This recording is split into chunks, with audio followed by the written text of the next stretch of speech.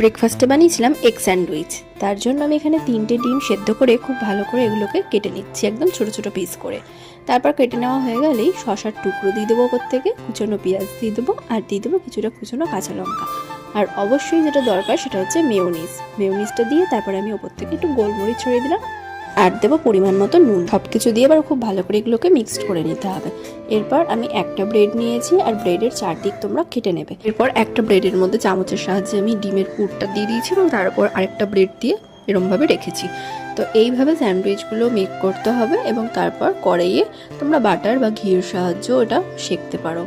তো দু পিঠ খুব ভালো করে উল্টে পাল্টে সেঁকে নেওয়া হয়ে গেলেই রেডি আমাদের এগ স্যান্ডউইচ। তো দুটো পিঠ এরকম তোমরা উল্টে পাল্টে ভালো করে লাল করে এখানে ভেজে নেবে, তারপরেই কমপ্লিট। এবার থালায় নামিয়ে এটাকে সুন্দর করে স্যান্ডউইচের শেপে কাটার পালা।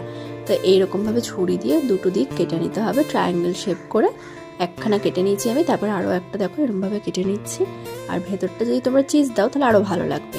আমি এখানে মেয়োনিজ দিয়েই করেছি। তো রেডি আমাদের এগ স্যান্ডউইচ। চাইলে এটা তোমরা সস দিয়েও খেতে পারো।